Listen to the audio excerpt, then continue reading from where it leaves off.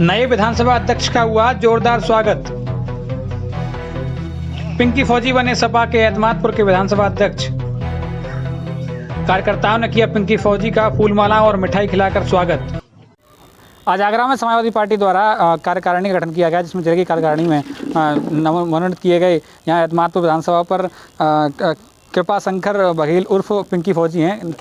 पिंकी भैया के नाम से यहाँ मशहूर हैं और एतमादपुर क्षेत्र के एक जो झाड़ू समाजवादी पार्टी के कार्यकर्ता हैं वो मेरे साथ मौजूद हैं। उनसे जानेंगे क्या कुछ चुनौतियाँ वो मानते हैं। फिलहाल सबसे पहले मैं आपको बधाई देना चाहता हूँ खबर एक्सपर्ट चैनल की तरफ से और अपनी तरफ से कि आपको इस पद पर तैनात यहाँ किया गया है।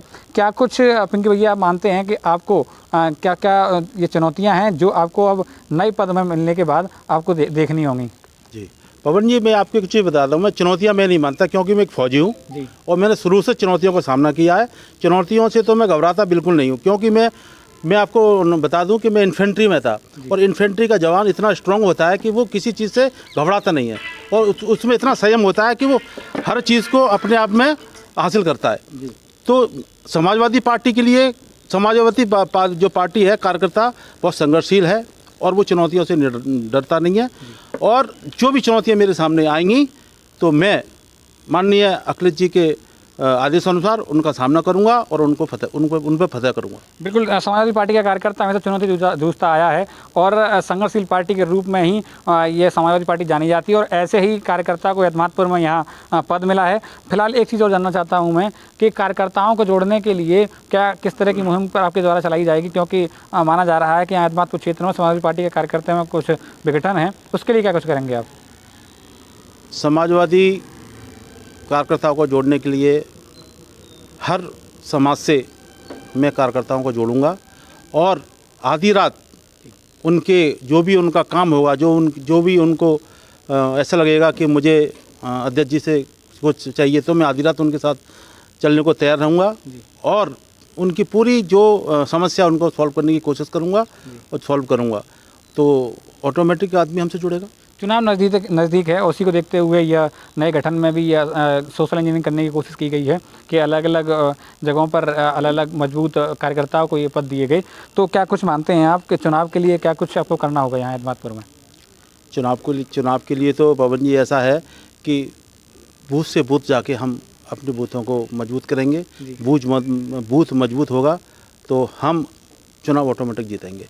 बूथ मजबूत करके बूथ जाके मैं पूरे विधानसभा में खुद स्वयं जाके बूथों का परीक्षण करूंगा और लोगों को जोड़ने की कोशिश करूंगा, लोगों को जोड़ूंगा और अपने आप के अखिलेश जी के हाथों को मजबूत करूंगा। बिल्कुल, जनता के अंतिम पायदान तक पहुंचने की समाजवादी पार्टी की जो कोशिश है उसी को लेकर कार्यकर्ताओं को यहाँ पर पद दिए गए हैं और उनको जिम्मेदारी सौंपी गई है कि वो अंतिम बूथ तक जाकर हर अंतिम कार्यकर्ता के जाकर समाजवादी पार्टी के जो मंशा है उसको पहुँचाएँ। यहाँ पर खुले कार्यकर्ता ही मौजूद हैं जिन्होंने आज यहाँ पिंकी बघेल का स्वागत किया है।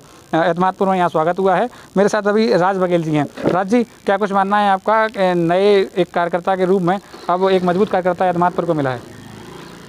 देखिए पवन जी, विधानसभा एतमादपुर वैसे भी समाजवादी पार्टी की एक मजबूत विधानसभा है और अब पिंकी भैया के नेतृत्व में समाजवादी पार्टी निश्चित यहाँ मजबूत होगी और कार्यकर्ता भी पहले से ही जोश में थे और मैं समझता हूँ कि आज जो जितने भी हमारे पीछे या कार्यकर्ता खड़े हैं वो सब कदम से कदम मिलाकर एक साथ काम करेंगे और निश्चित 2022 में अखिलेश जी की सरकार बनेगी। फिलहाल कार्यकर्ताओं में क्या देखा जा रहा है? आपका एक मजबूत कार्यकर्ता आप भी हैं, यहाँ पर कार्यकर्ताओं के बीच आप रहते हैं, तो फिलहाल आपका क्या मानना है? कार्यकर्ताओं में किस तरह का उत्साह है यहाँ पिंकी भैया की जिम्मेदारी मिलने के बाद?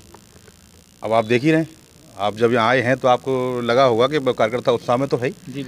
अब कार्यकर्ताओं के उत्साह को बढ़ाने के लिए अभी जैसे अध्यक्ष जी आज बैठे हैं, अध्यक्ष जी से हम लोग सभी मिलकर हम ये काम करेंगे कि एक तो विधानसभा की जो कार्यकारिणी रहेगी, पहले तो हम उस कार्यकारिणी का पूरी एक परिवार की तरह गठन करेंगे। एक एक बूथ पर जाकर, एक एक गांव में जाकर एक एक पदाधिकारी को इस तरह से मजबूत करेंगे, ऐसे पदाधिकारी बनाएंगे जो पार्टी के लिए दिन रात काम करने को तैयार रहें। तो फिलहाल समाजवादी पार्टी द्वारा कार्यकर्ताओं को जिम्मेदारी सौंपी गई है और अब कार्यकर्ता उस जिम्मेदारी को निभाते हुए पार्टी को मजबूत करने का काम करेंगे। कैमरा पर्सन दीपक बघेल के साथ पवन शर्मा, खबर एक्सपर्ट।